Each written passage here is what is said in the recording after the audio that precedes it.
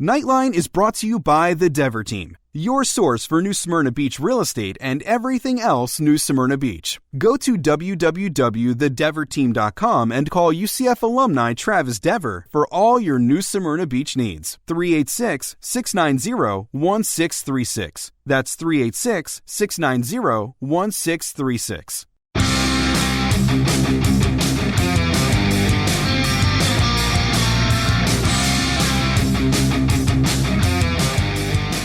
Welcome to UCF Knightline, your source for UCF sports and former player information.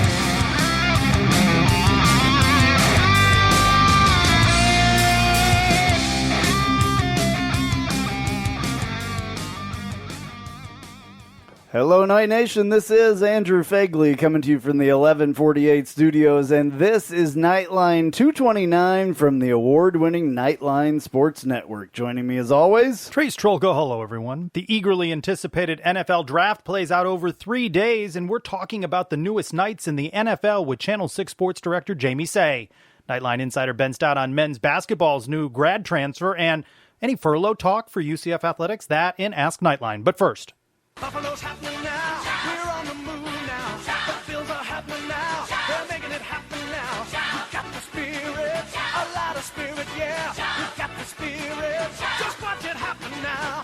Hey. all right, created by the Buffalo Bills, the wide receiver Gabriel Davis is drafted by the Buffalo Bills, 4th round of the NFL Draft, number 128. Plus, a couple of former Knights have signed free agent deals. We're talking football, finally. Finally, football. did you enjoy the draft? I did. I watched the majority of it, and I normally do. Like when later on when we talk to Jamie, and if you listen to the radio show this morning that I do, I talked a little bit about my feelings about that, and I mean I loved the way they did it. I think they did a great job technically. I enjoyed it. I did fall asleep for a little while watching the second night of it, but kept my ears. I was listening, but I was dozing off, keeping my ears peeled because I really thought that Gabe would probably go in the 3rd, not the 4th. So Technically, they pulled it off. There were a lot of elements that we wouldn't have normally seen in a draft. Obviously, the looks inside people's homes, the players. About Jerry Jones' boat that he was on? Yeah. Holy Moses! Did you ever? I never saw the extra. Did they show an extra shot at any time? No, but I mean, I've seen it. It's a beautiful boat. It's probably about 90 to 100 feet long. I mean, it's a super yacht. It's crazy. Again, that they pulled off so many remotes, technically, was quite impressive. I love how you saw all of the kids. Not only did they have the remotes, they worked. But they actually worked like 90% of the time.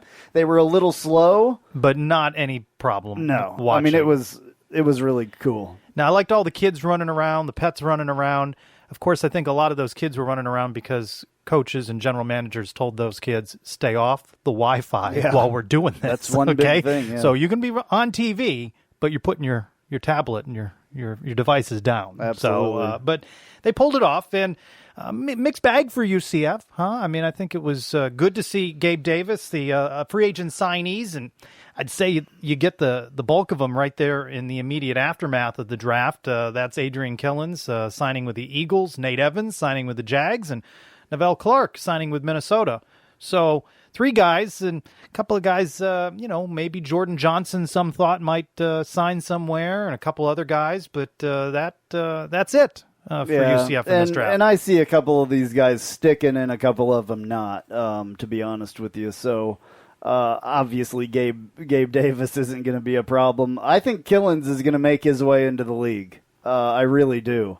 Through Philly. I think that he's going to go up there and show them some stuff. So Neville, I'm disappointed. I really thought that it was a mistake not to run the 40.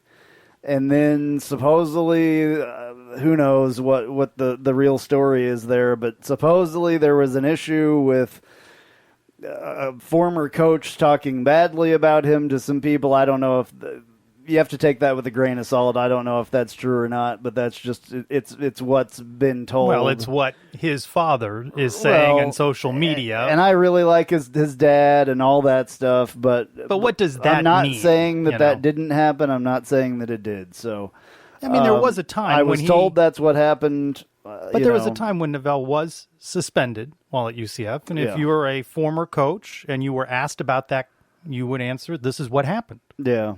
So his whatever. dad has characterized it as crushing him on character. They look at the body of work. I don't know. Were they asked a question? Did they answer that question? Which coach was it? How was it phrased? I don't know. I think more so the combine was. I mean, he did well in the combine, but didn't run. And a corner. I mean, you want to see your corners run. And then on top of this, then there was no pro day. Again, they still have game tape that they could have relied they upon, have game right? tape. They definitely have game tape, but I still think that the no pro day did hurt these kids. Also, I think, I don't know, I brought this up this morning. I think that maybe these guys would have had a little bit better chance under an old coach that we had. Old GOL. Scott Frost? Old GOL. Well, pro-style offense. Well, right? old GOL, these people knew, these agents and these teams knew that those kids were NFL ready if they were coming out of GOL's system. And I'm not dogging the system because I love the system that we have. But I just feel like if you went back and you looked at numbers and stuff like that, we've got, I think, with Scott Frost and Josh Heupel, I think Chase, my producer on my morning show, looked it up, and I think we have 4 total now between those guys, maybe more. But there was like 17 or 18 with the long number of years that George O'Leary was here as well. But I just think that they're missing having that mindset of all those NFL guys knowing who George O'Leary was. And, knowing that his players would be ready and would been taught, the right way, for the NFL. So I think that's a factor. Certainly, you mentioned the scheme. Both Scott Frost ran, Josh Heupel runs. It's built to win as a college coach. College games. Well, it's not Josh Heupel's job to necessarily get these guys NFL jobs down the line as much as it is win games. The concern I'd have down the line is you still want to attract recruits who think they have a chance of playing professional football beyond their college days. Yeah. And so you don't want to see that pipeline dry up. Again, UCF has been successful in putting guys into the NFL and other pro leagues, Canadian League. We've seen with the spring leagues in the last couple of years. So, we can talk a little bit coming out of some of the sound bites about who might be in the 2021 class that will still be considered good prospects for the NFL. Yeah, I want to play this sound bite here real quick because it's the Buffalo GM, Brandon Beane, talking about the scheme that Gabe Davis came from and how that may have limited him a little bit. Talking about Gabe first, I mean, I don't know how much, whoever's not watching, but he didn't run a variety of routes in that offense, and I do think that might have hurt him a little bit. I think there is some unknowns. He's a guy that we had plans set up to go privately work him out, and I was going to be there for that because I wanted to see more of the route tree. But at the end of the day, we actually called down there and got some of his practice clips. There was a few different variations than what we saw on film. Still, not the full array that he will run here. But, again, big player, vertical stretch, can go up, high point the ball, contested balls, and, again, a size guy. He's a strong guy. He's got some run after catch, Chris. We like the way he competes. Thought he had a really good year, and I thought his hands were one of his strong points. All right, well, there you have it from the general manager that just drafted him, what he thought. And it's interesting that he brought up that. And I had heard that, and I think scouts were thinking that and saying that it was limited. These guys are running go routes. They're not doing a lot of, intricate route running. But with what, UCF is trying to do, that works pretty well with those go routes. So they'll just have to learn. And this is another thing, that not being completely NFL ready. He probably would have, in a different system, would have been a little bit higher probably. And I mean, I don't know as well. I thought about this, and I'm sure I'll get some flack for this, but what if he stayed for his senior year? Well, barring injury. Yeah. Barring injury. Well, what if he played in the Gasparilla Bowl is another question out on social media. No, that's true. Yeah. Think about it, though. There were a lot of wide receivers in this draft. I understand that, but those are valid questions because... I mean, they're questions. I don't know. I mean, yeah, they're hypothetical. I mean, he could have been hurt.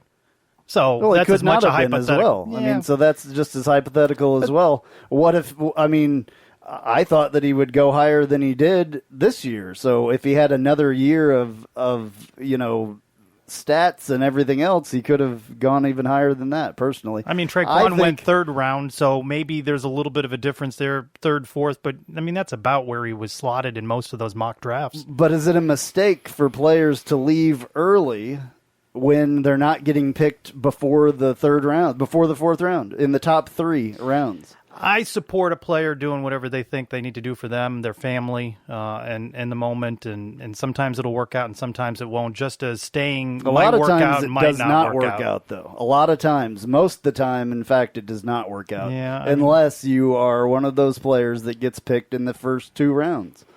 It doesn't work. And so we'll see. I mean, hopefully it does, obviously. I want nothing but the best for Gabe, but I just, have to think, and I thought after, watching and not, seeing receiver after receiver after receiver get picked, and then not him when he was at the highest one left for, in the entire third round. He was the top receiver. But that how much had was not he been going picked. to be better with another season? He put up pretty good stats for the previous season. He could have showed something different, though. But you know what would I'm saying? Would he necessarily have? It's just like the NBA guys, the guys that want to go test the waters of the NBA. The reason that they're doing that is because they're getting feedback from the scouts. If NFL players, if college football players could do the same thing, that they'd be coming back. The ones that didn't go to the NFL, they'd be coming back and working on the things that people said were their weaknesses. If they could do those things in a particular offensive scheme at their particular university with their particular head coach, they might not have been able to do more with... You can always do more. You can always do more.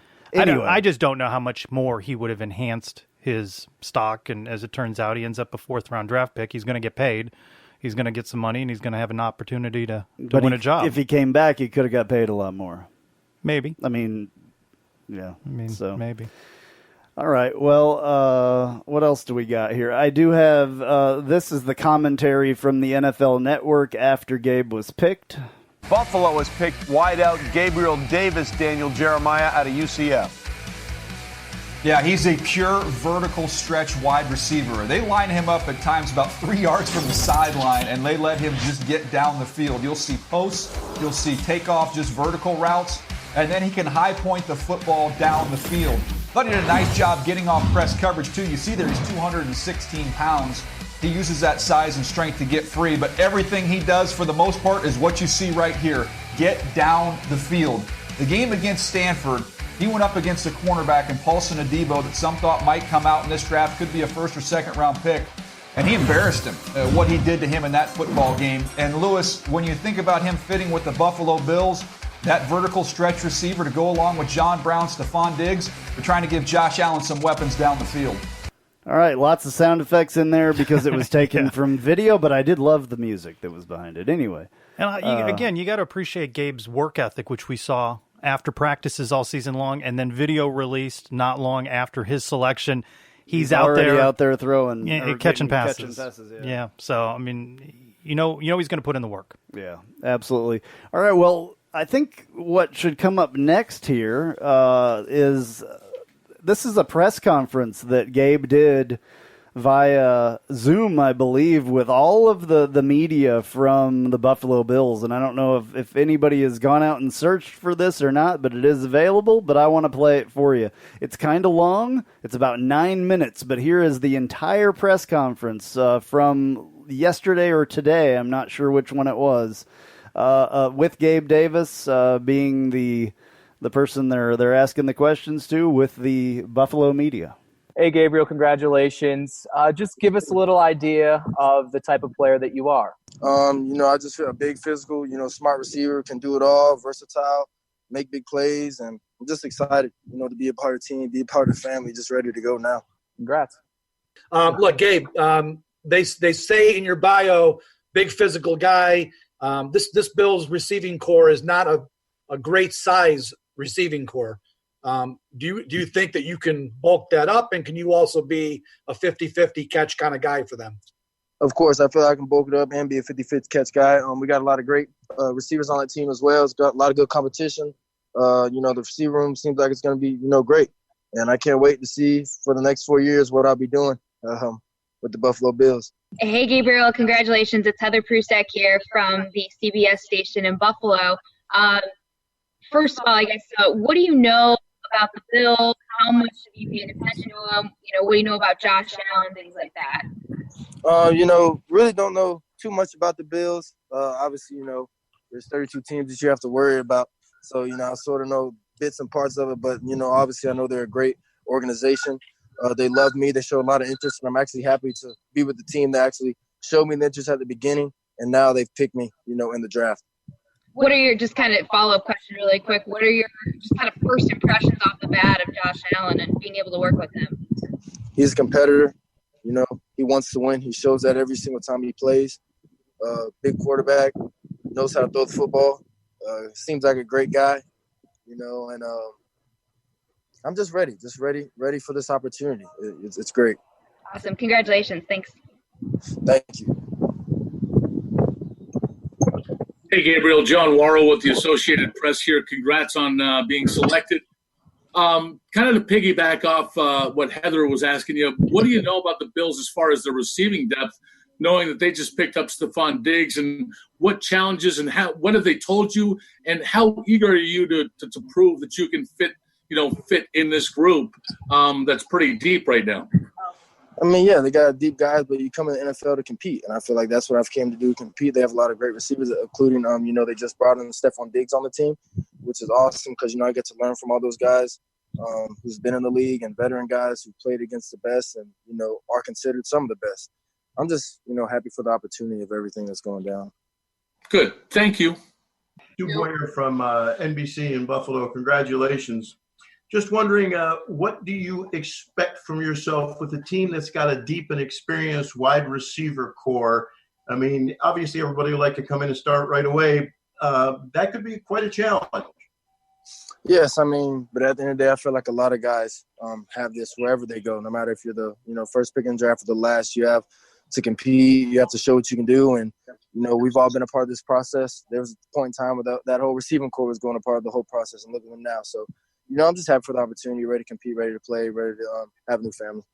Hey, Gabe, Sal Capaccio from WGR Radio here in Buffalo. First, congratulations. Welcome to Buffalo. Welcome to the NFL. Can you give us a little timeline about, your contact with the Bills? Did they speak with you through the season at all? Once you got to the Senior Bowl, when did you really start getting any contact with them? Contact with them was, I think it was a little bit before the combine. And then it was during the combine, and then also we had a big Zoom meeting after the combine as well. Talked to the receiver coach a little bit at the combine, and then previously just at the after the combine with the Zoom meeting, going over some plays, showing how what I bring to the table when it comes to knowing the game of football, understanding plays, things like that. And again, the receiver coach is real hyped for me. I'm happy to be with him, and just happy to be a part of Bills Mafia as well. It's just a great opportunity. Hi, Gabe. Matt Fairburn from The Athletic here. Curious what your favorite routes are to run as a receiver, and what stands out about those routes for you? I like to run a little big boy slant on 3rd and 3, 4th and 2, that kind of thing, be the conversion guy, because at the end of the day, I feel like that's what I've mastered. I feel like I'm really good at that, being a physical receiver, making those big plays in tough situations. What do you think, I guess, what's your mentality when the ball's in your hands? Because you're pretty tough to bring down once you get the ball in your hands. Just never want one person to bring me down. I want to take multiple guys to bring me down, break a couple tackles, do that sort of thing. Because, again, I am a big receiver, so, have to bring that to the table. Right on. Thanks, Gabe. Congrats. Yes, sir. Hey, Gabe, it's Josh Reed with the CBS affiliate here in Buffalo. First, congratulations. And then I guess I'm kind of ask about, when you look at the receiver group with Diggs, Beasley, Brown, yourself coming in, typically that spot at wide receiver is expected to do special teams work. Kind of give us an idea of where you are as far as playing on special teams. Yes, sir. I was a part of special teams throughout college. Through the ends of my career, I wasn't, but I always got the reps in practice. So if they need me on special teams, I'll be more than happy to do it. I'm just happy for the opportunity. Being in the league was always a dream of mine. If that's something that I have to do, I have to do it. Is that return guy? Was that punt? Was that kick? What did you work on? I was the blocking guys. I was the frontline guys on kickoff return. I was running down the field on kickoff. I was blocking on punt return, that sort of thing. So. Hey, Sal Capaccio here again. Gabe, UCF, they've really vaulted onto the national scene really the last 10 years or so, but they produced a lot of pro players over the years.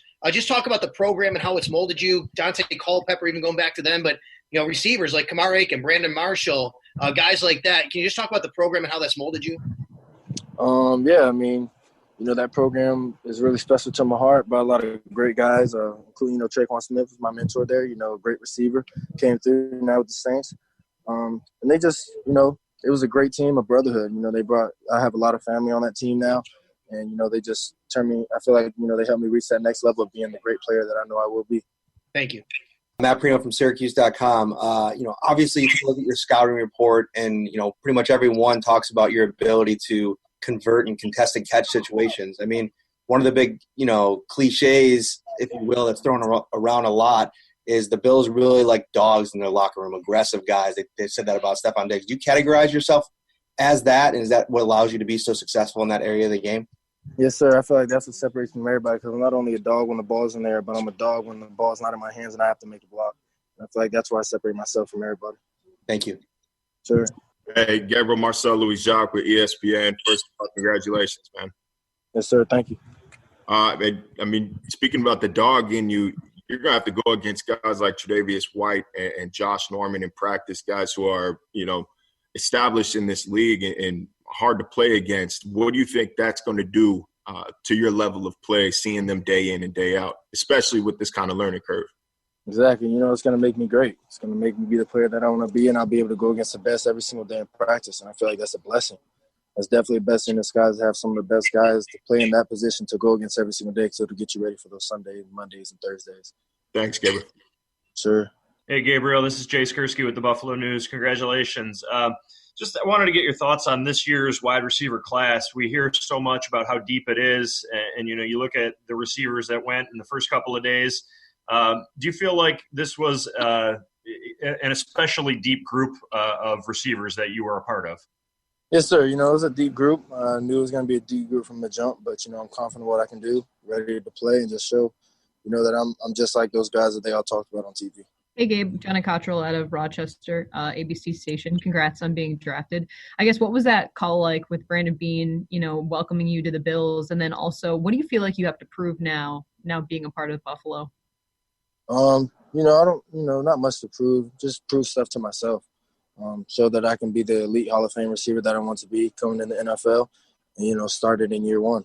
What was that call like? It was great. It felt like forever. As soon as I felt my phone vibrating, I didn't know who it was. I wasn't even looking at the TV. So, it was special. The Bills showed a lot of interest in me throughout this whole process. And for them to call me, I know they truly want me on their team, and I'm happy to play for them. Thank you. Congrats. Thank you. All right. Well, that was it. That was the press conference for Gabe Davis. Are you ready for the cold weather, Gabe? Yeah. There were some good questions in there, and then there were some that... What do you have to prove? Yeah. I got nothing to prove. I did like the question there towards the end. The guy asked him what's it going to be like to go up against Josh Norman and all those guys, every day. And I think that Gabe, I was waiting for him to say that I've already been going up against the best guys. His defense that he went up against here was rough, man. Every day going up against that defense, all the players talk about it. The defense going up against our offense going against our defense. So, yeah, I think he's going to do great up there. I can't wait to see him play up there. I think that he'll fit the mold. I think that the Buffalo people will like him. He's kind of the blue-collar type dude anyway. So I think that he'll do well. You know, when we're talking about him catching passes right after he was selected, you saw who was throwing those balls, right? I did. Mackenzie Milton. Yeah. Continues to make progress. Yeah, he looked good. And the little bit that I saw him in that video, the 2 seconds, I analyzed the whole thing. So Again, this is a Bruder film. He was throwing off of his leg perfect. So, the Buffalo fans did not, in one thread that I saw, were not happy about the pick of Gabe Davis. There were a lot of naysayers in that, and I had. What were they naysaying about? Well, they were just because they don't know who he is. Basically, they're like, "What? The horrible pick," and all this stuff. So, it is what it is, and there's all kinds of couch potato GMs out there as well. So all these guys that play fantasy football think that they could actually do it in person. Third UCF player drafted by the Bills, Terrell Troop in 2010, wide receiver Bernard Ford back in 1988, back when you could go years between UCF draft picks.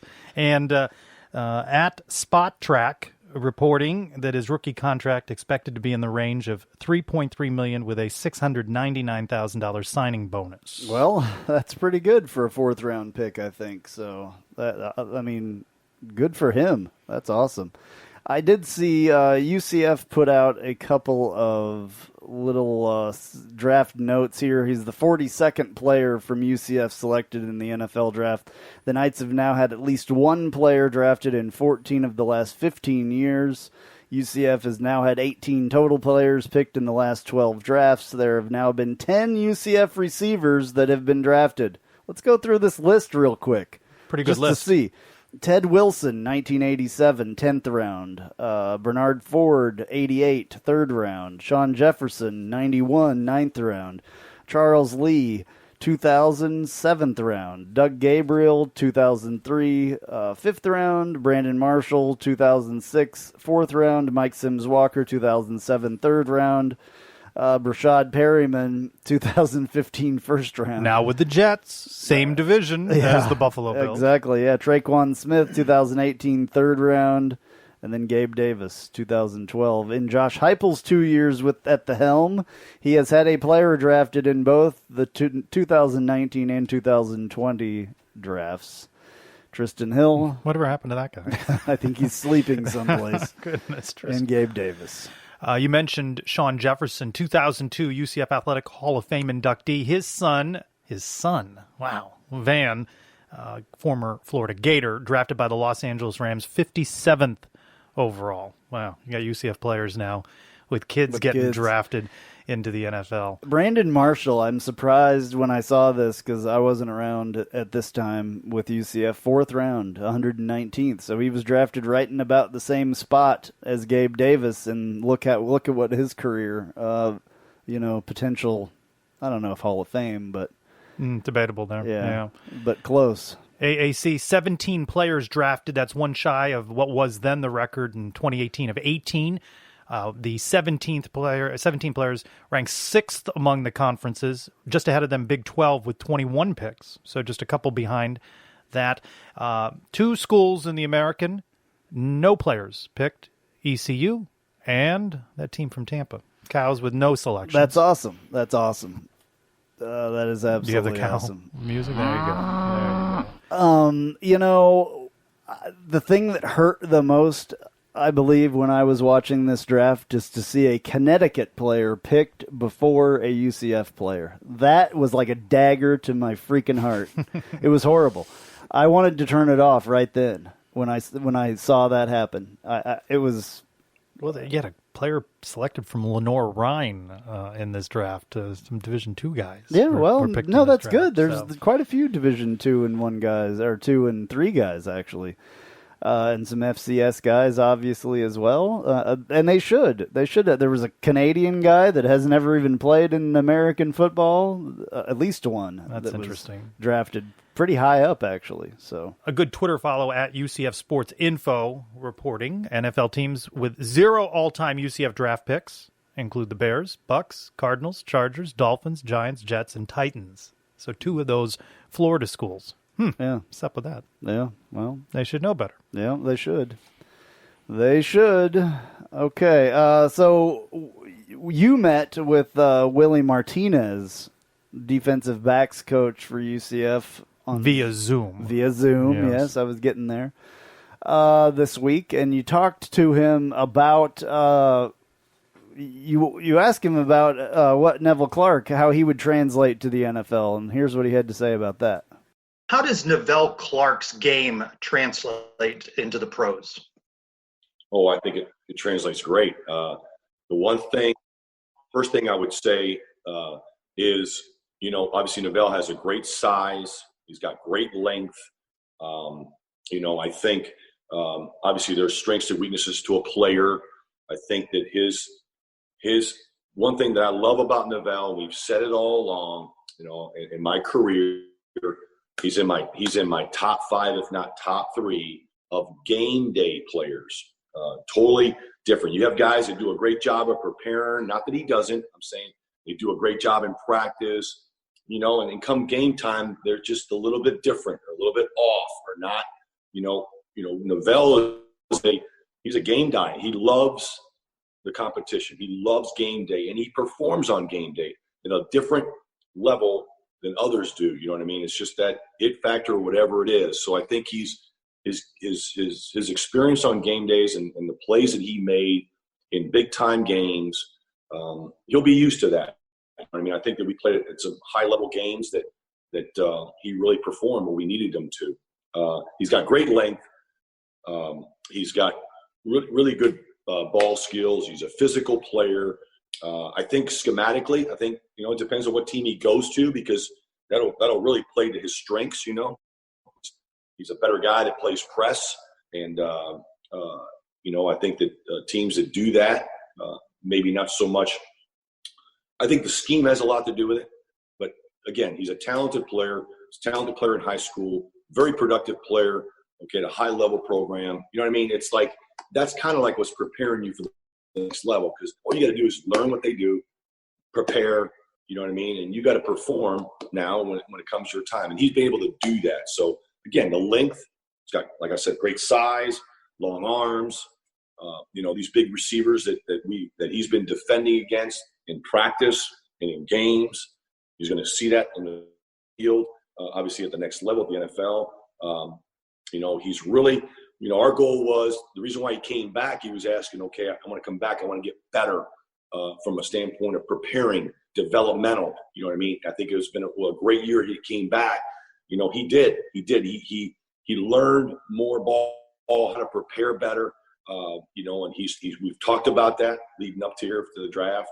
And he's really done a really good job with a lot of the teams. He's shared that with me. I've gotten feedback with it, where he's done a great job. So, I think a lot of it, again, like a lot of things, what team do you go to? What's the fit? But I think you'll do a great job. I think you'll be ready.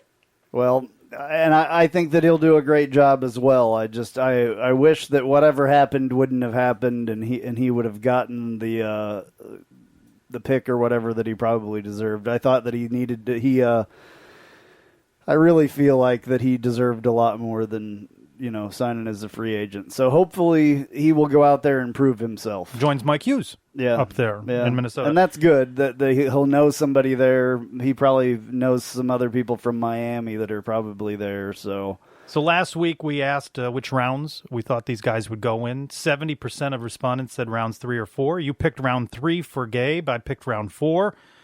The overwhelming number on Adrian Killens, 42%, said that he would not get drafted. We both did not think he would get drafted.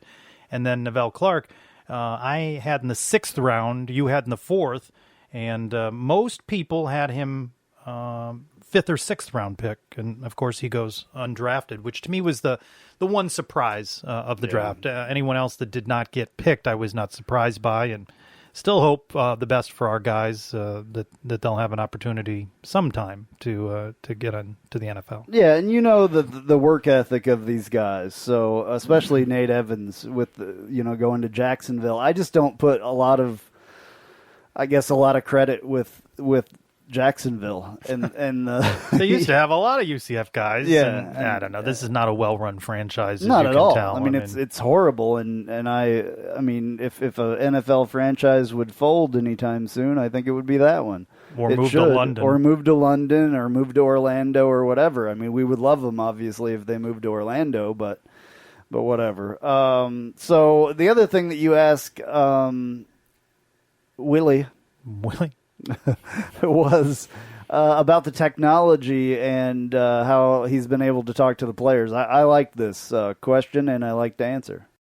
Coach, we see some of the challenges with technology. Could you take us through what it's like to communicate with your players and what a typical meeting goes like over technology? It's kind of basically easy. The only tough part is that obviously you don't in the presence, you know what I mean, where you can see for me, a body language that I'm so used to just looking at somebody eye to eye and seeing how they're reacting to some of the questions and stuff like that. But I just kind of hooked up with you guys right there. You know, it's the toughest part is that you lose a guy that doesn't have. Got to make sure that they get the Wi-Fi wherever they're at the house, making sure they're in a good spot so you don't lose them while you're conducting the meeting. You know, those are the things that they're small details, and but for the most part, the players have been really good. They're looking forward to seeing each other.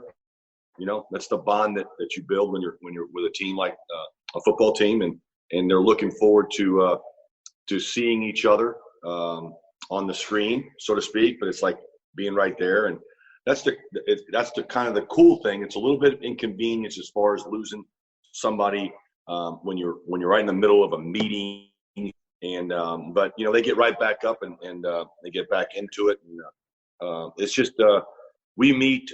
You know, obviously we meet right now. We're not allowed based off the rules, but we've been meeting at least twice a week on football. Okay, we've organized it around their class schedule. Each coach is different. You know, I've got to look at my guys and what's best for them. You know, so the slots were Tuesdays and Thursdays for me.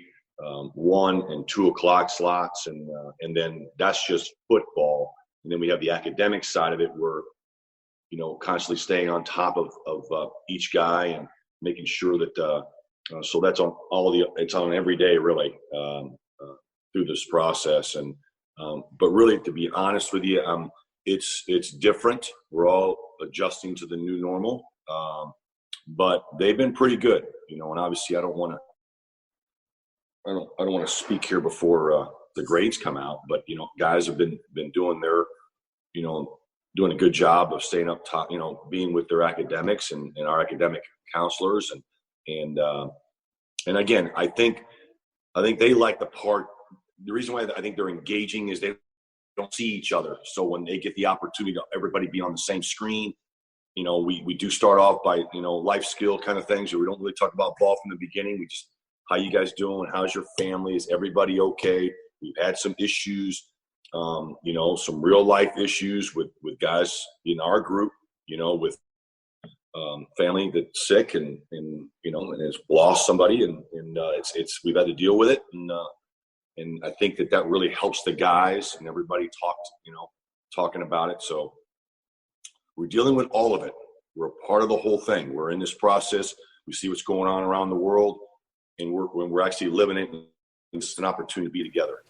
All right. Well, I like him, and you were just saying that as well, that you like 30 him. minutes with him, and we're making the best we can with these Zoom conference calls, Zoom meetings that UCF sets up.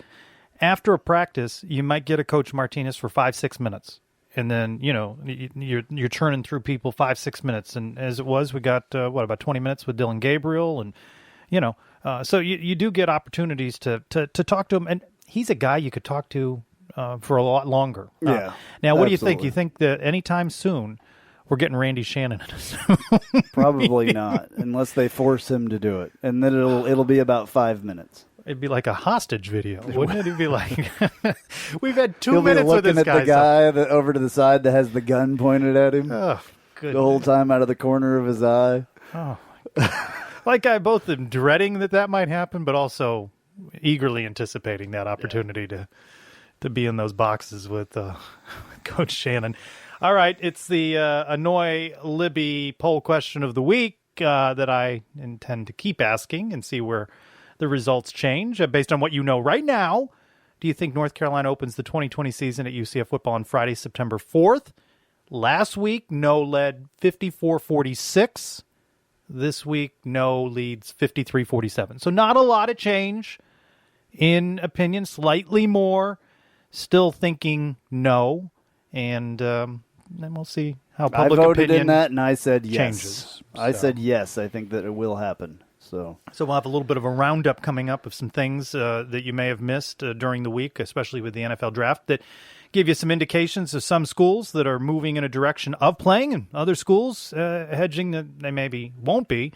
But ahead, we talked to probably the biggest Buffalo Bills fan around. She is Channel 6's Jamie Say. She's talking about Gabriel Davis, now on her Bills. She's next only on Knightline 229. Hey, this is Travis Dever, Kai's Real Estate, the Dever team, New Smyrna Beach. Your source for real estate and everything else New Smyrna Beach. Proud sponsor of Knightline and Knightline Postgame Live. Call me anytime at 386-690-1636. That's 386-690-1636. Let me show you my hometown, New Smyrna Beach, UCF's favorite beach. Go Knights and charge on. Spice up your company with homemade marketing services from Tasty Gravy Creative. Tasty Gravy serves up a menu of budget-friendly marketing, graphic design, and public relations services customized to your specific goals. Co-owned by a UCF graduate, Tasty Gravy can help refresh your brand, strengthen your online presence, or reinforce your company's message. Contact Tasty Gravy for help with your website, social media, marketing, advertising materials, and more. Visit tastygravy.com. As soon as Gabriel Davis was selected by the Buffalo Bills, I messaged my favorite Bills fan. She is Jamie Say, sports director at WKMG, Channel 6 in Orlando. And Jamie joins us now on the Knightline hotline. Jamie, first, how are you adjusting to your new norm? I'm adjusting pretty well. I miss everybody. Thank you for calling me your favorite Bills fan, by the way. I mean, I miss seeing people. I miss seeing my colleagues. I miss seeing the athletes that we would normally be covering, just like you guys. It's odd not having a practice to go to right now. We missed pretty much all of spring for UCF sports. We'd probably be talking about UCF baseball right now. The Magic would be in the playoffs still. Might be at the tail end of their playoff run, but it's just that's kind of a mental adjustment, which is still difficult. I mean, I still think about it. I still think about, okay, where are we on the sports calendar? And then you wonder when things can resume. But just on a day-to-day, I still go into the station, but there's way fewer of my colleagues in there. Maybe 20% of our staff is in our building right now. And we've got a large newsroom, and we're all spread out from each other. And we shout across the room to each other because, we are maintaining social distance. And then I get on and I do my regular sportscast. So I've been conducting a lot of interviews through Zoom, which I had never used before, and also Skype, which I had used before. But so that's opened up some interesting things, some different ways of communicating with people, sports figures, getting updates and stuff like that. I mean, UCF football has been great, making some guys available the last couple of weeks. And I've talked to some Magic guys over Skype and stuff like that. It's just, obviously, it's just not the same. So it's really just kind of, taking things day by day. What's the latest news? What's the latest news on the sports front? Which leagues are saying what about when they could possibly return? Stuff like that. So that's kind of how it's been for me. Now, out of fairness, full disclaimer, you're also the only Buffalo Bills fan that I know. Hey, you know what? I think there's going to be more of us now that Gabriel Davis is a Buffalo Bill. I'm hoping, because our wagon is welcome to anybody. So jump on it. Yeah, we'll get to Gabe in just a few minutes, but I want to know what you thought of the way that this draft was done, the way that it turned out on TV, the way that it all kind of came together. I mean, you're in television, you know how all this technology stuff works, and they had cameras freaking everywhere. Yeah, I was really impressed. And I understood, the here and there, the technical issues here and there, because there's always technical issues with live television. The delays in communicating with the guys. I noticed Louis Riddick was always about 2 seconds off or something like that, but I thought they did a really good job. And the preparation for the draft was really impressive because they had to coordinate with all of those, first, all the personnel with the 32 teams, so we're talking GM and coach. So that's, 64 cameras right there that have to go well, that all the technology in their homes have to go okay. And then we're talking about all these prospects. You don't know when they're going to get drafted, but they had cameras set up anyway. I thought it worked really well. I mean, I thought the organization was really, really good. And whoever was directing it behind the scenes, knowing when to punch up the right guy, knowing where that camera was, they had to have had a dress rehearsal or a few dress rehearsals. I thought that was really impressive, probably the behind the scenes stuff, because it's like, all right, Joe Burrow is going number 1. You assume Chase Young is going number 2. But who's that guy? When is C.J. Henderson going to the Jacksonville Jaguars? You assume it's in the first round, but it's like you have to be right there on the ready to punch up that camera on that Zoom or whatever technology they have to get his reaction right away. So I really liked it. And I also liked how it was a casual feel to it. It didn't matter what the guys were wearing. They were casual in their homes with their families. We got to look into that. And then we saw the coaches at home too with Bill Belichick's dog. So I really was really impressed. I thought Trey Wingo as the host did a really good job because, when you're on live TV and you're interacting with people, but they're around you, be able to keep up that energy and, the direction, where am I supposed to go? I'm calling the shots. I'm leading the ship with nobody else around him. I thought that was really impressive too. I was really, really impressed. And it was clear that all the guys did their homework, because I feel like another thing is like when it's been a live draft in the past, there's so much atmosphere in that building because you got fans booing or cheering or whatever, and people are playing it off. Well, there is no ambient noise, but I thought the guys did really good, and it made me listen to the analysis even more. So I thought it was a home run. I really did. I really did. And I watched, every single day, start to finish pretty much. I mean, by the maybe round 6, I turned it off. But, for me to watch 1 through 5 nonstop, I was really, really interested in it. I thought they did a great job. Yeah. What do you guys think? I agree with you. And what's weird about it is I always watch the NFL draft. It's one of the things that I look forward to every year. I tweeted right as it was starting, I said, this is absolutely surreal with the NFL draft 2020 being done like this. I look forward to it every year on my birthday weekend, but this one's different. It was almost emotional. It was just, it kind of was the thing that made this whole thing, the entire COVID thing, real for me. You know what I'm saying? Well, it was such a welcome relief, even though what we were seeing was not a normal draft, and we understood, what was happening, teams building their futures. That was the same. So it was almost like a sense of normalcy, a great distraction from everything else that as a country we're dealing with, all the stresses that we're dealing with right now with coronavirus news, whether you know someone who has it, whether you know someone who's lost their job, whether you know someone who's, really being impacted emotionally by this, whether it's you or whatever. I thought it was just such a welcome distraction, and it felt like sports again. It really did. It just felt like Normalcy. Happy birthday, by the way. Thank you. Yeah, that was the big thing, though. It did feel like a little bit more of normalcy. The sports world is going to continue. It's not just going to stop. You know what I'm saying? Right. Which it seems like it has. It feels like it has until this. Finally, we have some hope. There's some light at the end of the tunnel. We're going to have football. Exactly, because there's so much uncertainty right now, but it's just like, okay, the NFL, the show is going on, and, they're still planning on kicking off as normal. Whether that'll actually happen, we'll see, but I think it's actually a good idea for them to put that out there that, hey, we're proceeding as normal until we can't. I think that's what they're doing. So it does give us hope, because we need things to cling on to right now. Because, the situation right now is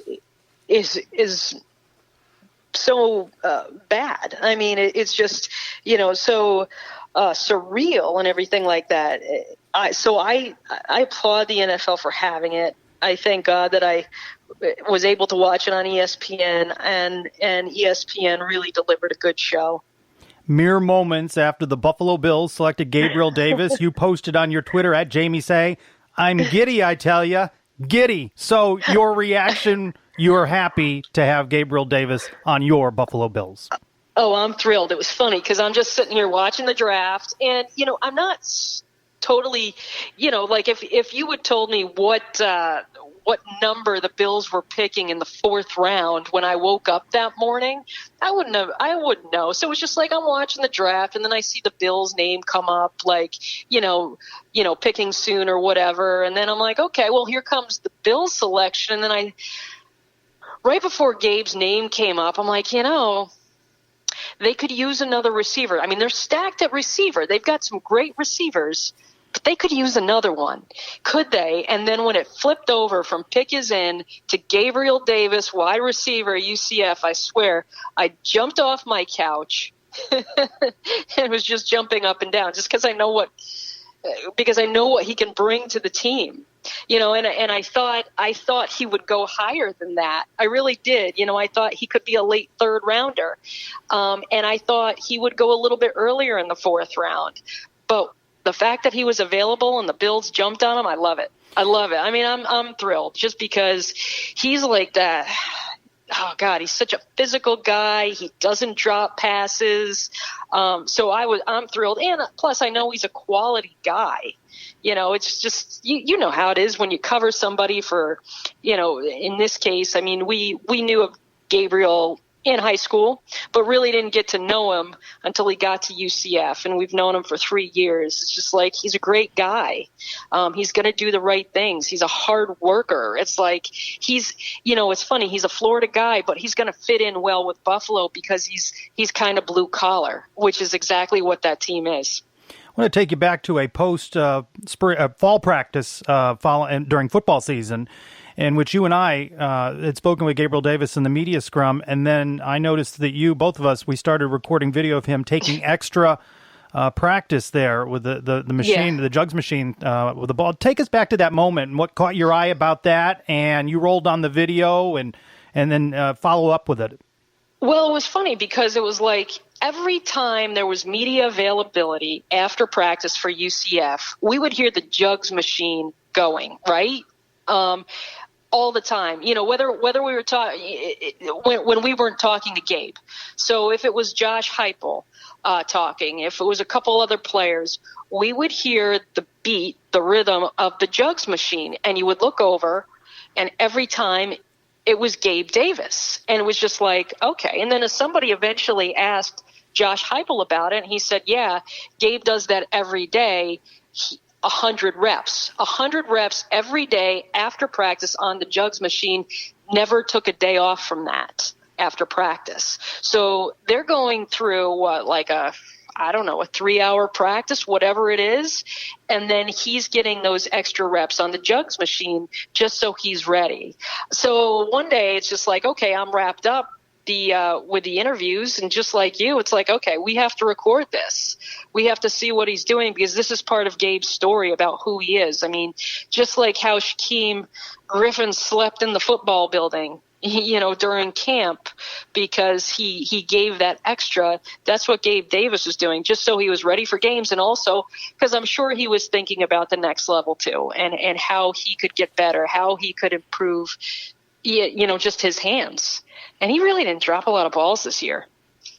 And having experienced that moment, I was completely not surprised when video surfaced a few moments after the draft. He's out there catching passes. Yeah. I mean, I think he was laser focused this year. Just completely laser focused in his junior year. He knew he was going to be a leader. I thought he had a really good sophomore year, but then what he did for the team this year, stepping up, being a leader, being that dependable guy for Dylan Gabriel. And then, I think he's committed, because it sounds like he, prepared for the draft out in California and then came back home to watch it. But I think he is just uber focused on football and being the best he can be and impacting the Buffalo Bills now that he is a Buffalo Bill. For those that are not closely following the Bills, and of course that's going to change, especially amongst Knight Nation, how does he fit into the offense, especially with the addition of Stephon Diggs? Oh, I think he fits in great. I really do. So they've got a good core of wide receivers. Stephon Diggs obviously was their big offseason signing, the Pro Bowler from the Vikings. The Bills gave up a number 1 pick to get him. He's likely the primary target. But then they've got 2 other guys in that receiving core. Cole Beasley, who comes out of the slot, really dependable, somebody who'll take a hit over the middle. Not a big guy. And then they've got John Brown, who is not a big guy either, but he catches a lot of passes, doesn't make a lot of drops, catches tough passes, but he's more of a short yardage receiver. He's not going to be the deep guy. I think that's where Gabe comes in, because we've seen his versatility throughout his career.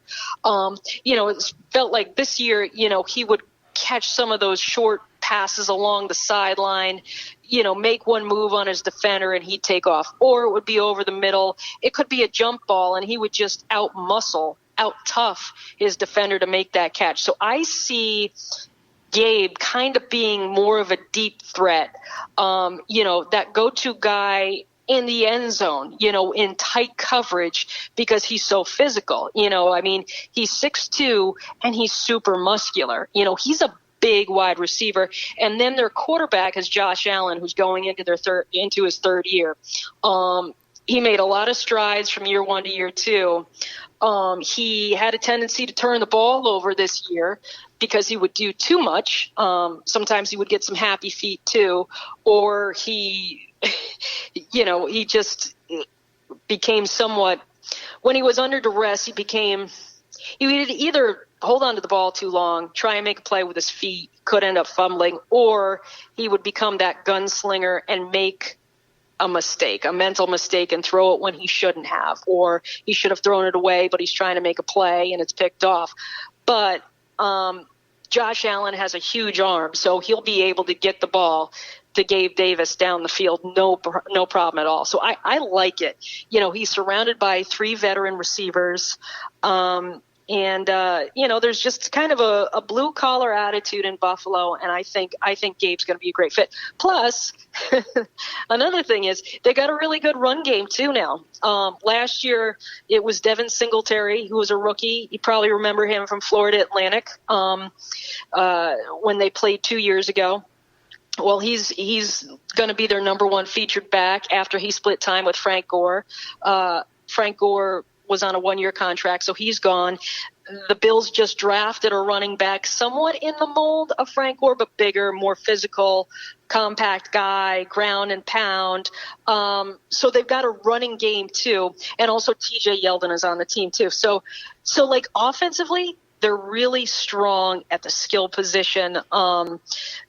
Josh Allen was under a lot of pressure last year. I'm always a big fan of the offensive lineman, but I think it's coming together. It was a young offensive line last year. So, offensively, they've made some major improvements with the addition of Stephon Diggs, Gabriel Davis, and then the running back Zach Moss that they just drafted. Last year, defense was their bread and butter. Now I think they're a really complete football team. So I think it's great. I do. You talk about culture, but culture is the best when you're winning. And I think that's what Gabe is going into. I think he's going to go into a winning environment, and I think he's going to like the culture there. Now, still, the Buffalo Bills took a late-round flyer on Georgia quarterback Jake Fromm. Quarterback controversy? Are they completely sold on Josh Allen? No, I think they're sold on Josh Allen. He was their first-round pick, 2 years ago. He's a talented guy. He's got a huge arm. I think they definitely this is his team going forward, especially in year 3, because year 3 is always the big year for the quarterbacks. I think they really like him. But one thing that the Bills needed, though, was a backup quarterback. Josh Allen does take some hits. He suffered a concussion. I can't remember if it was last year or 2 years ago when he missed some games. Sometimes they blend in. Their backup quarterback is Matt Barkley. The old USC quarterback, who is experienced but does not have the arm strength that Josh Allen does. So there's going to be some competition there. Who's going to be the number 2? And I think that's going to be Jake Fromm. But I think Josh Allen is the guy. He's the face of the franchise right now in terms of a player. It's going to be him and Stephon Diggs. They're going to be the 2 faces of the franchise. So I would say no to a quarterback controversy unless something happens like what happened in Jacksonville. If Josh Allen gets injured and he's going to miss a significant amount of time, and in comes Jake Fromm, who's lights out, well then there might be a quarterback controversy, kind of like Drew Bledsoe, Tom Brady. You never know. But as long as Josh Allen is healthy, he's going to be the guy at quarterback. I haven't heard anything from Buffalo that they're doubting Josh Allen and his ability. Gabe, the only UCF Knight selected during the draft, a couple of free agent signees. Did that surprise you? It did. Yeah, it did. I thought because he was invited to the Combine and because he's a special player, I was surprised Neville Clark didn't get drafted. You can never have enough good defensive backs. I think he's really good. So that was a surprise.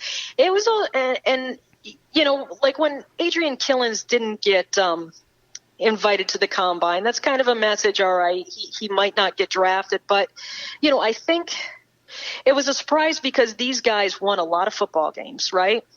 They won a ton of football games. They are winners, and Adrian Killins was a significant part of all those wins. I think what hurt UCF, though, was the fact that after the Combine, there were no pro days.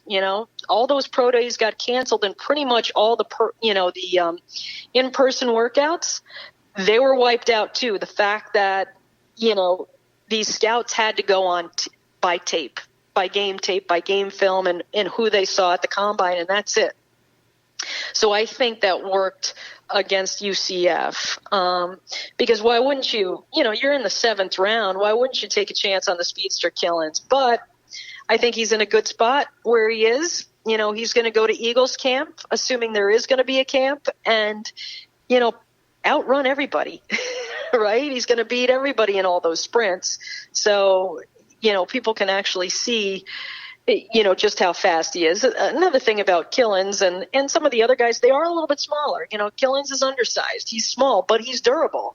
He never had, he had a shoulder injury this year, but he's never had any significant injuries to his knees, ankles, legs at all.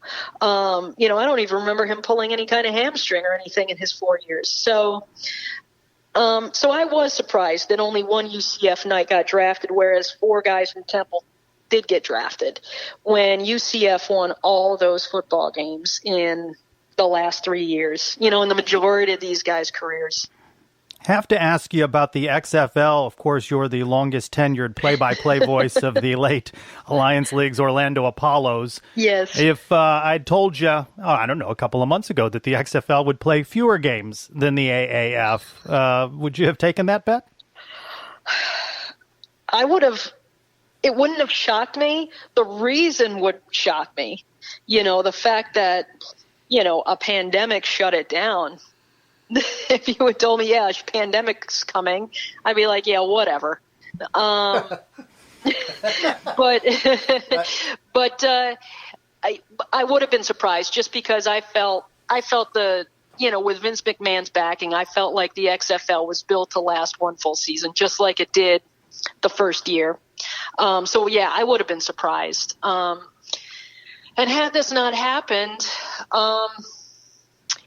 maybe the XFL comes back. Now, now that the XFL has declared bankruptcy, we're getting a better look into the business of it and the investment and the fact that, 25% of it was owned by WWE, whose stock had been dropping even before the pandemic.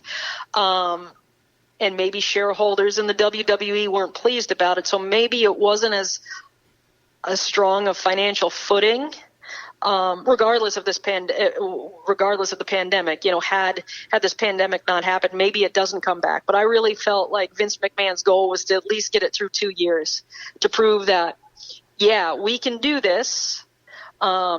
We can build something to last. And then perhaps he was hoping that maybe the NFL would take it over. But yeah, I mean, at least the Alliance can hang its hat on the fact that, out of the two most recent spring football leagues, it lasted longer.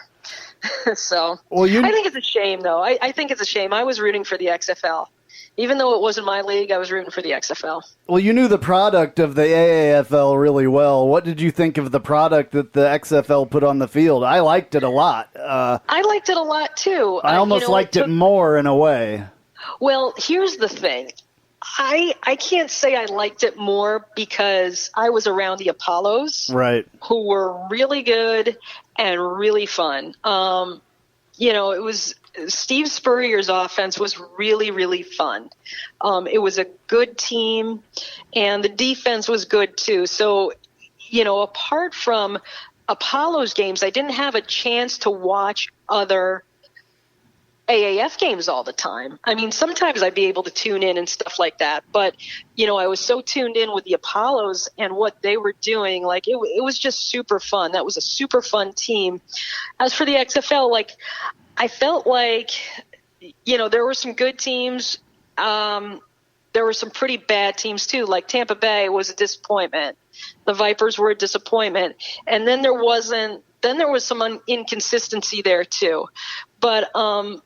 But I liked it, though. I thought the overall quality of play was better than the Alliance. However, I think the best team in the Alliance is better than the best team in the XFL, and the best team in the Alliance is the Apollos. Well, I wish that we could have seen that. That would have been awesome to have those two meet in a Super Bowl or something, like a Super Bowl-ish kind of thing. Yeah. Some kind of league championship game or whatever. Yeah. I love the personalities of the coaches in the AAF too. You've got Rick Neuheisel on the other coast, who is doing some really good things with Arizona. San Antonio turned out to be a great market for spring football. They led the league in attendance. That was a really special city. So I thought it was really, really nice. I really enjoy the Alliance, and I really feel like the only thing that holds back spring football from working is financial backing, just because it's so expensive. The one thing that the XFL had that was better than what the AAF had was a good TV deal. ESPN was promoting it. ESPN had the games. Fox had the games. They were easy to find. Whereas, the AAF had a deal with CBS, but it was almost but they weren't getting money from that TV contract. They were paying for the broadcast. The AAF had to pay for the broadcasts, which certainly does not help the bottom line. Right, exactly. Because you think with these pro sports leagues, college sports, whatever, the networks are paying you to put your product, to get your product. Well, no, the AAF was paying the network to broadcast their games. That's hard. I mean, that's it's doomed from the start as far as I'm concerned with a deal like that. Do you think that parts of both of these leagues could possibly, like the NFL, look at things that they did and maybe revise some rules from what they saw from these the way that these games were played, these other leagues? Yeah, I think they will. I think they'll look at the kickoff and eliminating the kickoff and just starting it on, the 20 or 25-yard line like both leagues did. That's something that the AAF started with. The Sky Judge, the ability, like that was really cool in the AF that, they had an official up in a box and could overrule a call or make the call. Like, I think that's something that could be adopted. Messing with the conversions. I don't think they'll ever take the extra point away or anything, but I like the fact that you had to go for 2 in the AAF. But yeah, I think certainly like with the kickoffs, that will be something explored just for safety's sake in the NFL. As soon as they kind of get, and they might be discussing it now. I think the NFL discusses a lot of things like that too. I saw on the Twitter handle of former Apollo Chris Martin that he got his W-2 from the Apollos. Did you get yours? No, I did not. Did you ever get fully paid? I did. Yeah, Oh, I got there you fully go. paid. The one thing for me though is the league lasted 8 games. Our broadcast lasted 6. So, I don't remember when I got my last paycheck. We were paid monthly, so after the fact. So I was done, in early March. I can't remember what the weekend was. Well, not early March. I would have been done in late March, maybe around March 23rd, but, and the league shut down on April 2nd. But I did get fully paid for the February, March games that I did. So. And how did that go down? You were preparing to go on yet another road trip or preparing for another game, and then you hear, maybe you don't need to go. Yeah, so what happened was we were getting ready for week 7. We had just had a home game against, we had just had a home game, I believe, against Arizona, or maybe that was week 5. I can't remember. Or if we were coming off a road trip in maybe Birmingham. I'm trying to remember what it was, but the team was, 5-1. I had been through 6 games. We were gearing up for an easy road trip to Atlanta. It was a Saturday game, and it was the same weekend as the Arnold Palmer Invitational here. So normally when I would travel, the team would go on Friday and I'd go with them. Well, I didn't feel like I could because I felt like I needed to be in Orlando to cover the Arnold Palmer Invitational on Thursday, Friday. So I had booked my own flight to Atlanta. Normally I would go on the team plane. I booked my own flight to Atlanta for Saturday morning. It was a night game. And so I was going to fly to Atlanta, meet the team at the stadium, and then fly back with the team right after the game and then go cover Arnold Palmer on Sunday. So I bought my plane ticket and everything like that. And every week, Rini Ngolia, my color guy, he and I would do a show from the iHeart Studios, a Tuesday kind of preview show. And I think it was Tuesday, and we were told not to do it this week. Don't do the show this week. There's an issue with payment to the radio station. Not an issue with us, but an issue with the AAF to iHeartMedia. The AAF had a deal with, I think, a couple of iHeartMedia stations in these markets. And apparently the AAF wasn't paying their radio bill. So we were told, nope, no radio show. So Rini and I are like, okay, we'll figure it out. And then we'll just wait and see. And we were just told, hang tight. And the president of the president of the Apollos at the time, Mike Waddell, who's a great guy, had nothing to do with the financial ruin of the alliance. He was trying like heck to get the Orlando games on the radio and trying to rectify the situation, see what was going on, why there hadn't been payment, blah, blah, blah. So we were given basically till Thursday, and then Thursday night they said, no broadcast this weekend. So that was it. And then there was some optimism that maybe it was just a one-time thing, that iHeart was sending a message like, pay us. But the issue was never resolved, and it's not iHeart's fault at all or anything. And I'm not blaming iHeart or antagonizing them in any way because they weren't getting paid. And so it just never came back. So that's kind of how it was. So it was just like, okay, so we all went from doing games and having fun, preparing week to week. I mean, my weeks were extremely busy with my time at WKMG and preparing for games and stuff, but it was a blast. And then all of a sudden it was like, okay, I don't have a game to prepare for. So then I would just, I watched games 7 and 8 on television, and then that was it. And then it folded. So I honestly thought that they would get through the 10-game regular season and maybe get to the championship game, but I thought they would at least get through the regular season and then maybe fold, but they didn't get that far. But I knew it was a 1-year wonder.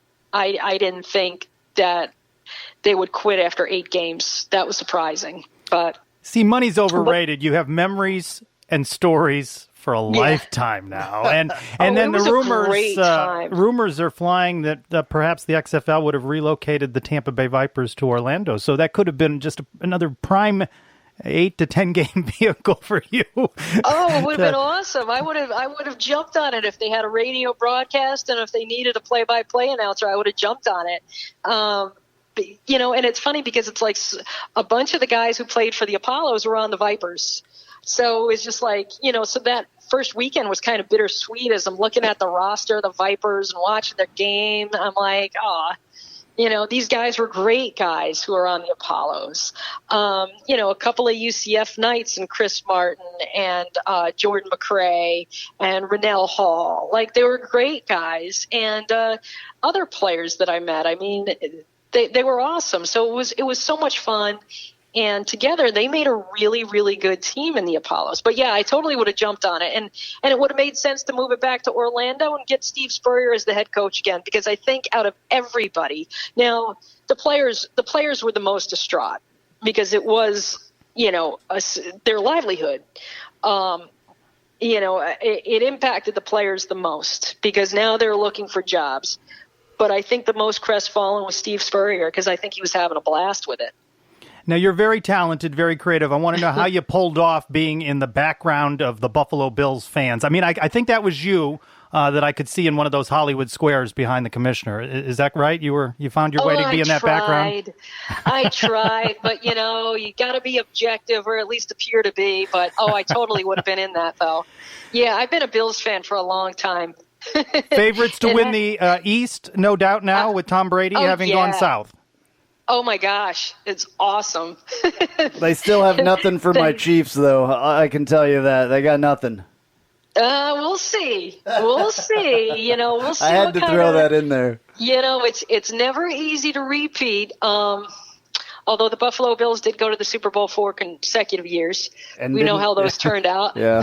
But no, I'd watch out for the Buffalo Bills. They're going to be pretty good.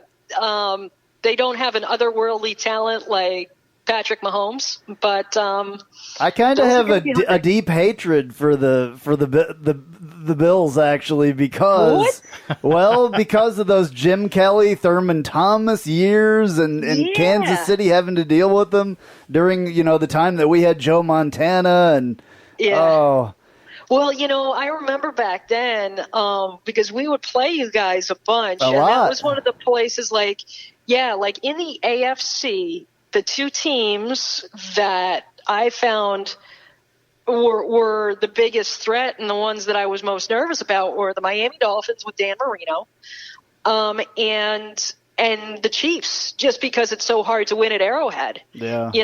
Those were the two teams. It's not really a deep hatred. I just had to You can't hate the Buffalo Bills. I remember those days, though. You know what I'm saying? I will obviously have to root for the Bills now. I have another friend that is a big Bills fan that I work with, and she goes to a lot of the games and stuff like that. So I'll be hearing a lot about the Bills, I'm sure. Yeah, that's right. Yeah. They just have to play the season, that's all. And when you see Gabe Davis again, you'll have to let him know that it's just a wee bit colder up in upstate New York than it is in Sanford and Seminole County, that he needs to prepare appropriately for cold weather. It's going to be a huge adjustment. And it's an adjustment for any guy who's coming from a Southern school. From a Florida school, it's a huge adjustment, or California or whatever, to get used to those Buffalo winters. And they start early. It starts getting cold at the end of September. Sometimes you get a decent October, but by the end of October, by mid-October, it's cold. You could get snow on Halloween. And there's going to be a moment when Gabe Davis is like, where the heck am I? What am I doing? Because there's going to be feel my hands. I can't feel my hands. There's a foot of snow on the ground. He's going to have to learn. Where's the field? Where's the field? He's going to have to learn how to drive in the snow. Oh, yeah, that's true. I mean, it's crazy how much snow they get. It's two extremes. I mean, it's absolutely extremes because I've been up there and it's wet and cold and it's bad.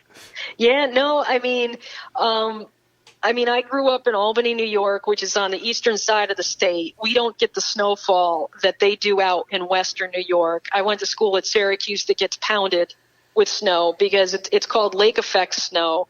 Basically what happens is cold air sweeps over the Great Lakes, which are so large they don't freeze. So the cold air sucks up the moisture from the Great Lakes and then just dumps it on land.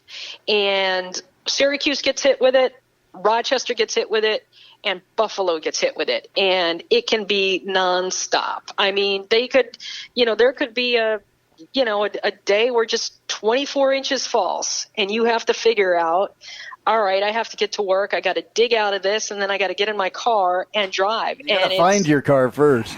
You got to find your car. If it's not parked inside, you got to find it.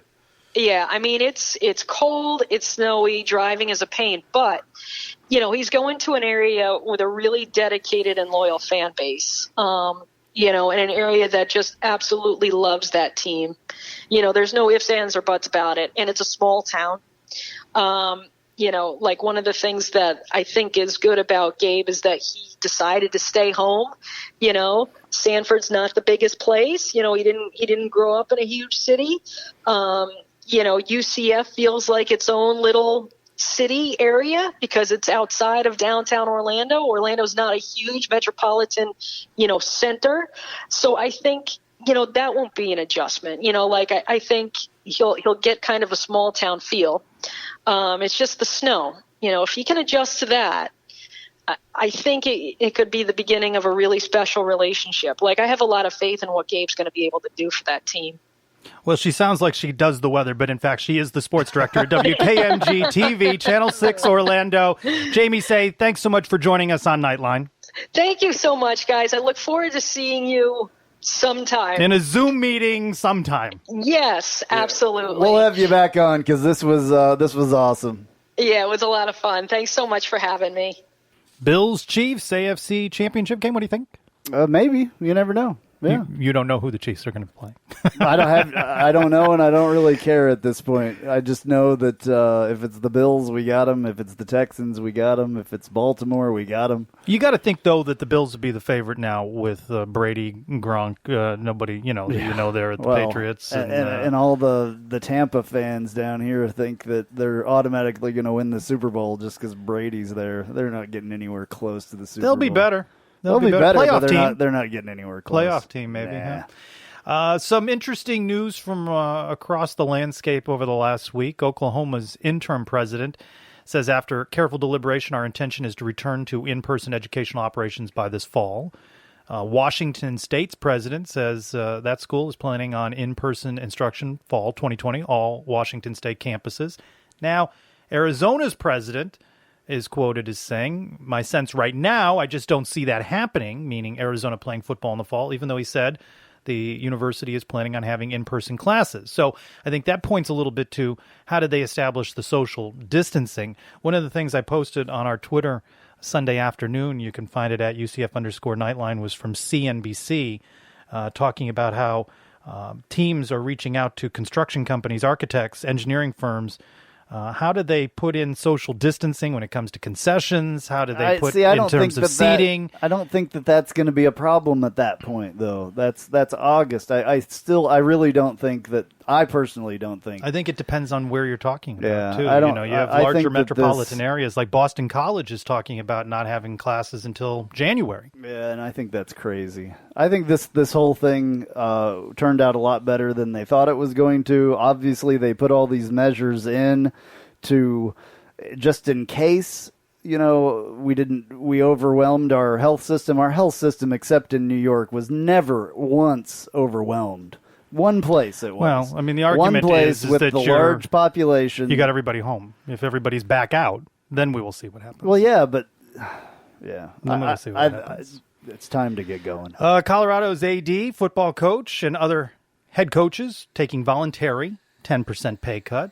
Syracuse's coaches also taking a voluntary 10% pay cut. Boise State, which, by the way, for all this talk about Boise State in the Mountain West, they're all this great, everything. They're facing $10 million in losses because of the shutdown, and they are furloughing many of their employees. So you're seeing different reaction with cuts coming, and we've been talking about different schools taking cuts. Wake Forest, and how many Iowa cases State. of this was in Idaho? Not very many. NCAA Division I Council has denied a request. We spoke about this last week on the part of the group of 5 commissioners to waive the minimum number of sports required to be a Division I member. They wanted that waived, and NCAA saying we'll take it on a case by case. So that implying that some schools thinking about, well, could we drop a program or two to save money? NCAA saying no on that, and they have delayed a decision on allowing all college athletes to be immediately eligible one time after transferring. Oh. That's the big free agency right there, isn't it? Yes. That's horrible. Yeah. So, horrible. So, the landscape and, different programs approaching things differently, and you see different metropolitan areas, certainly, places like Oklahoma addressing things differently at this point. Still, though, we've got some time before decisions need to be made. Men's basketball adds a grad transfer, and another guy declares for the NBA draft. Our insider Ben Stout weighs in on both of these next on Nightline 229. Raising the bar on what to expect from your personal injury attorney is our commitment to you at Chad Barr Law. I'm Chad Barr, and as a UCF alum, I am proud to present Knightline, the morning after show, Central Florida's only call-in show dedicated to our UCF Knights every Sunday morning at 10 a.m. And remember, if you or a loved one are injured in an auto accident, call us at 407-599-9036 to schedule your free consultation or visit us at chadbarlaw.com. Our clients come to us in need and leave as family. Offices Altamont Springs. Go Knights. Charge on.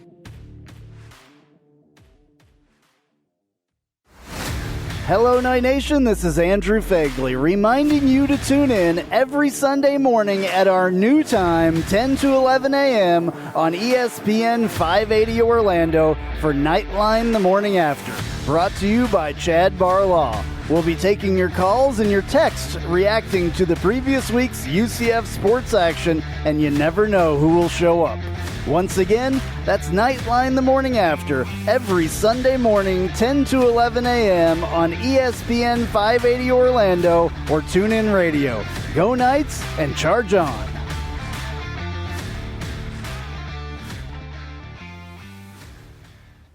Couple of interesting men's basketball notes to talk about. Rivals reporting the Knights are adding a grad transfer, former Louisville Cardinal guard Darius Perry. He's a former 4-star recruit, averaged 5.2 points, 1.8 assists, 1.6 rebounds per game during 3 seasons at Louisville. And Stadium's Jeff Goodman reporting forward Colin Smith expected to join Darren Green Jr. in declaring for the NBA draft. Yeah. So UCF has not posted anything official about that. But you had opportunity to talk to Ben Stout, our insider, former men's basketball player, about these moves. Yeah, Ben is on my show Knightline the morning after, and here is a clip from there of us talking about this basketball stuff today. And maybe we're going to get into a little bit of basketball stuff as well, which some interesting things happening there. I guess let's go to that real quick, and we can come back to the draft. UCF picks up a grad transfer, and I don't know a lot about this guy. Ben, this would be your thing to talk about, obviously. Darius Perry from Louisville, I think, right? Yeah, we were able to pick up Darius Perry as a grad transfer from Louisville, which is great for us to add some experience to this backcourt. I mean, we talked with Tony Johnson and Darren Green Jr. being so young, Isaiah Adams, an incoming freshman. So we really need some more experience. And Cesar DeJesus was supposed to be a senior this year. He's no longer going to be there. So bringing in a grad transfer at the guard position was something that I anticipated from Johnny Dawkins. And at 6'2", 195, he's been a very steady, good contributor for Louisville. He's played in every game this past season. He started about 26 of the 31 games. He's averaging about 20 minutes a game, so he's used in kind of a while he's a starter most of the time. He kind of like swaps in and out. So seems to be a good teammate on that front.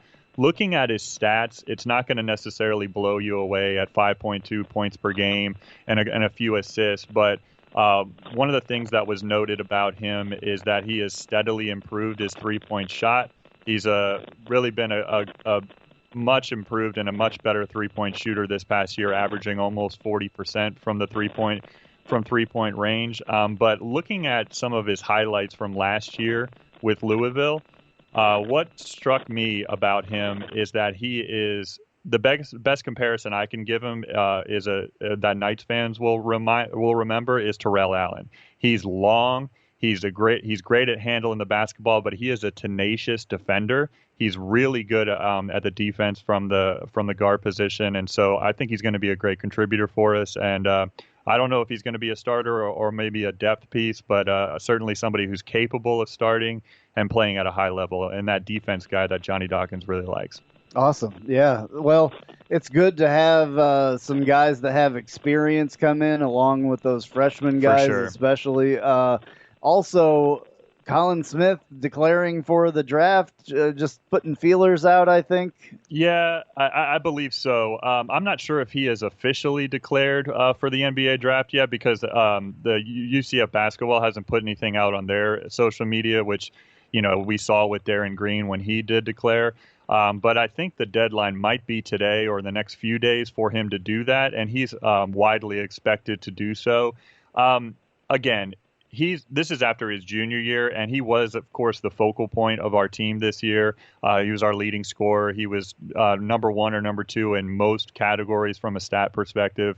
He's 6'11", 240. He does have an NBA-ready body, but is he has he put enough on the table? Has he put enough on tape to prove to NBA scouts that they're going to spend one of the 60, picks? The NBA is one of the hardest hardest leagues to get drafted by. We're not talking 7 rounds like we experienced this past weekend.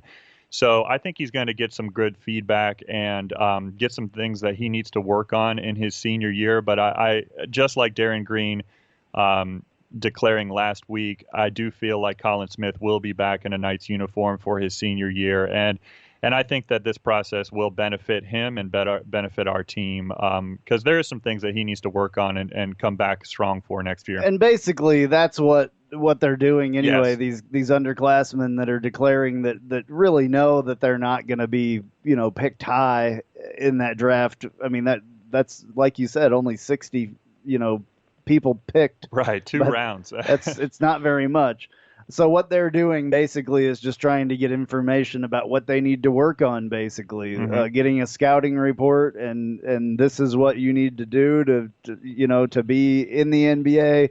This is where you would be ranked, yes, in a draft a grade and all that stuff. So that's cool. I think that's good information for those guys to have. It's a little it's a little weird when you hear about it if you don't know exactly what's going on. You hear these players, oh, they're going to the NBA. Well, they're not necessarily going to the NBA. They have an opportunity to get a rating and all that stuff without actually giving up their NCAA eligibility if they don't hire an agent. Right. So, and actually, a nuance to that, I just found out recently that there is a list of approved agents by the NCAA, so they can hire an agent on that approved list. But they have to kind of cut that relationship with that agent once they decide to come back to school. So it is an interesting nuance. Yeah. That's like a new rule that happened I think in between before last year's season. So there's an approved list between the NCAA and the NBA Players Association of a pool of agents essentially that they are allowed to sign for in that pre-draft agency and still maintain their eligibility. So I don't know if one of our guys is going to do that, but still.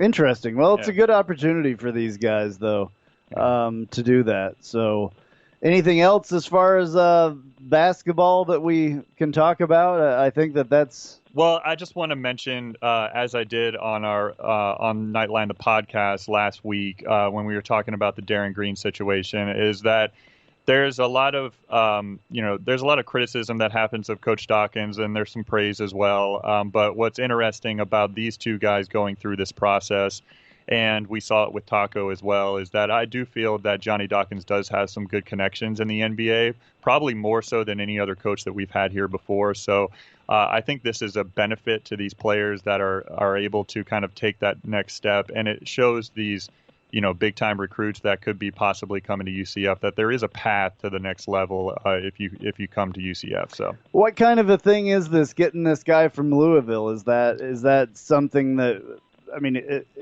he was a 4-star. I mean, he's got the 100 games of experience. I mean, was that do you think that that's a good thing? A good move that was made? I mean, like does this give our team a little bit more clout with this guy on it? Yeah, I would agree. I mean, we talk about it every year in college basketball and college football. I mean, there's hundreds. I think there was 800, 900 players in the transfer portal last year. So I'm sure it's about the same this year. So, and of those hundreds of players that are in the transfer portal, Darius Perry was ranked in the top 25 in most publications as far as the top prospects in the transfer portal. So he was right around that 20 mark, I think 22 by ESPN and 21 by a couple others. So when you get a guy like that is valuable, kind of on the national level and on a top 25, top 10 at some points last year, Louisville team and a starter for that team. I mean, you get some good high-level experience bringing it to UCF. It certainly can only benefit us. Awesome. Well, we hope that Darius Perry does good stuff here with his grad transfer year at UCF. Can definitely help the situation out. Always good to hear from @BigSocial32 on any Knightline program, and especially when you have off-season basketball news and a time without a lot of sports. Had something, yeah. You got to talk about it. Did you do any working out this week? Since we spoke last week about that, did you dust the gym I looked at equipment? it a couple times and thought, man, I should. I think I'm going to start this week. I've thought about this. I did think about it. So I exercised my mind trying to get. I have to be in the right place mentally because I know once I start, it's going to be hard for me to ever stop. So. Well, Jessica wrote I did do a lot around the house, though. Our friend Jessica, she said that she identifies with your neglect of your in-home workout equipment, saying, "Tell me about it. It's hard to work out at home, but this week I got to get to it." She intends to get to it as well. Good. She bought a lot of gym equipment. And she thanks us for keeping the shows coming. It's keeping her sane during this virus outbreak. So we are doing our level best to entertain. Sanity is good. Can AK make an NFL roster? We're going to address that question and ask Knightline when Knightline 229 returns.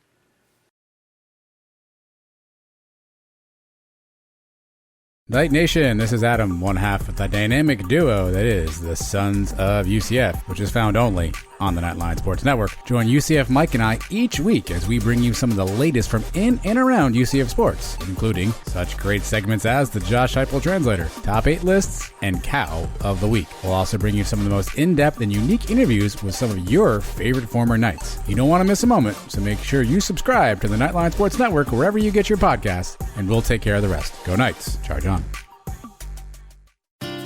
Oviedo Brewing Company is the hottest microbrewery in Central Florida. Located 7 miles from UCF at the Oviedo Mall, this 8,800 square foot brewery just opened its doors 6 months ago and has already crafted 13 unique beer flavors and counting in their tap room. The tap room contains different styles of beverages, including ciders, wines, and craft sodas. Not only do they have amazing beers, they also have a full kitchen with gourmet pizzas, wings, and tacos. Oviedo Brewing has activities for each day of the week, such as Taco Tuesdays, Trivia Wednesdays, Pizza and Pint on Thursdays, plus live music on Friday and Saturday evening. But the best is Sunday brunch with unlimited beer mimosas.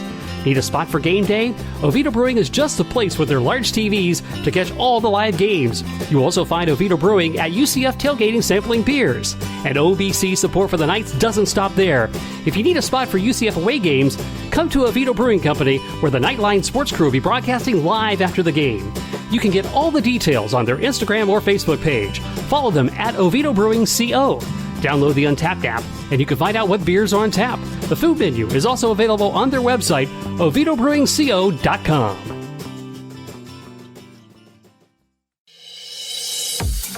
I'm Jeff Allen. Join me each and every week on the Knightline Sports Network for the AAC Report. We bring you in-depth coverage of each school in football, basketball, baseball, softball, soccer, golf, tennis, and more, as well as bring you insider interviews and focus in on the biggest games and news of the week.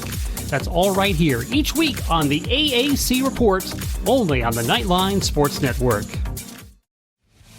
Ask a Knightline is brought to you by Chad Barr Law. Chad is a UCF alumnus and diehard Knights fan. Chad Barr Law handles auto accident, slip and fall, and personal injury cases. Call Chad today at 407-599-9036 for a free consultation. That's 407-599-9036.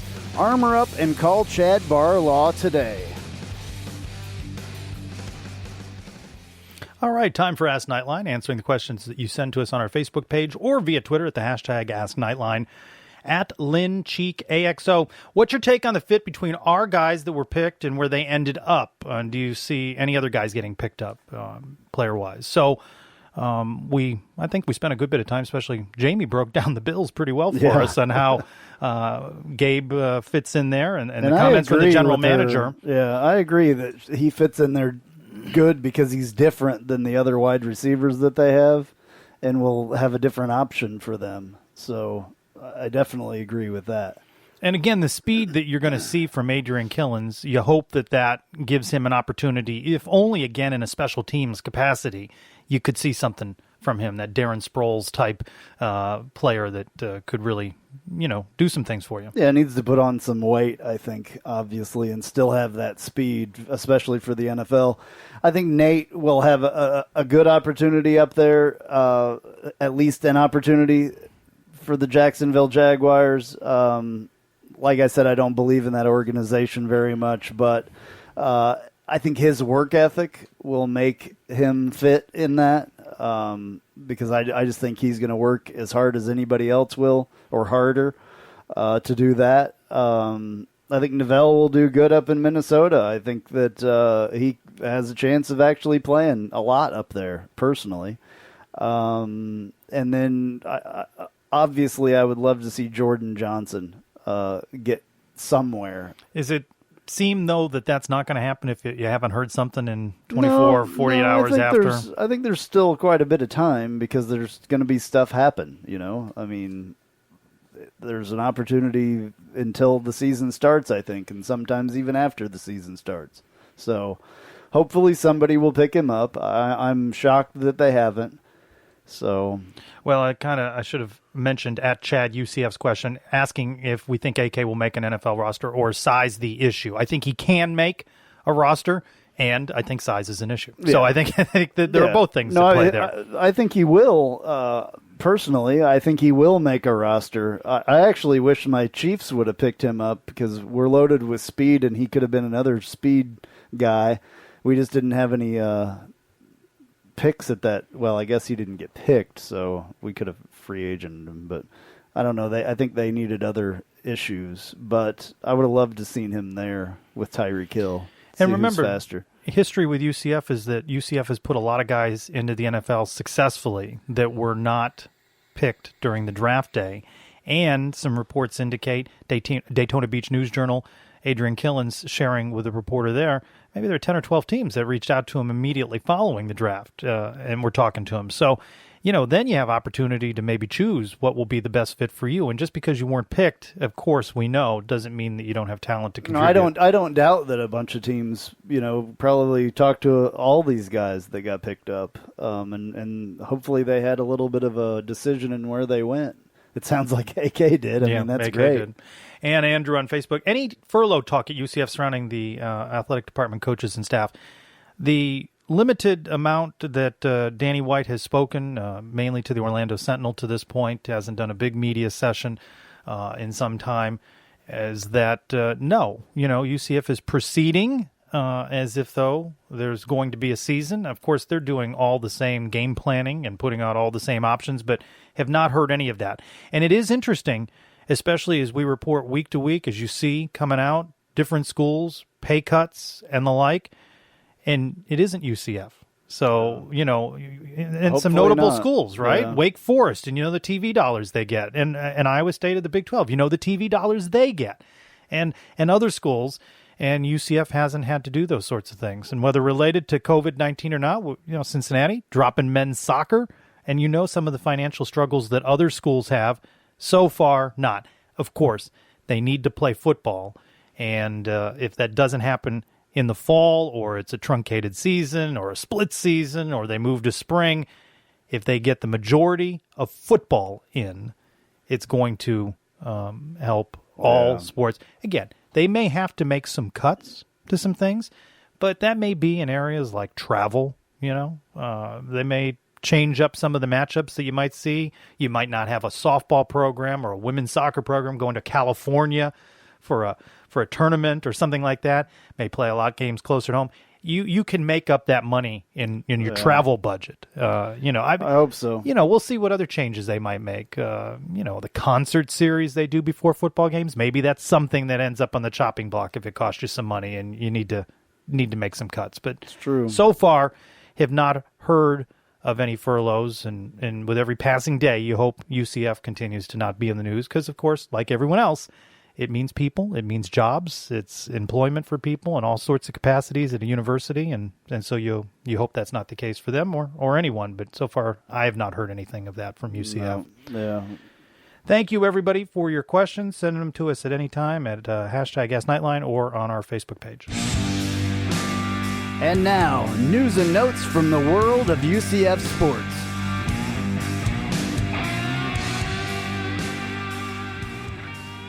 All right, women's golf welcomes new signee Camille Banzet, a native of France, member of the French national junior golf team. Oh, good. Ah, ça.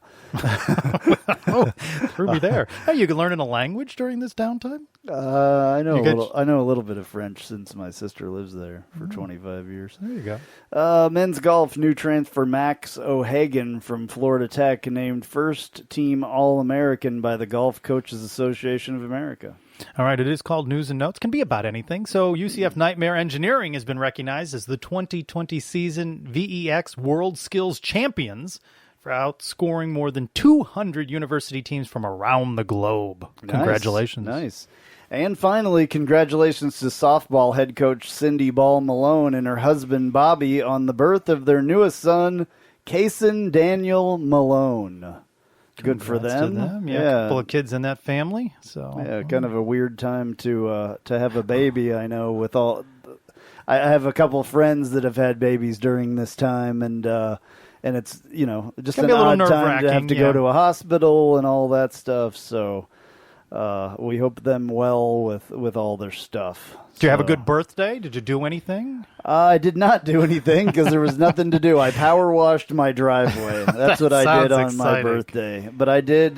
We ordered some Mission Barbecue, and it's really good barbecue. All right, this has been Knightline 229. I'm Andrew Phegley. I'm Trace Trylko. Go Knights! Charge on.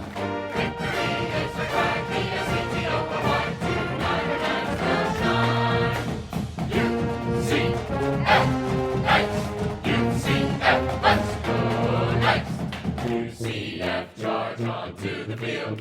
With our spirits we'll never yield. Black and gold charge right through the line. Victory is our cry, B-S-E-T-O-R-Y tonight.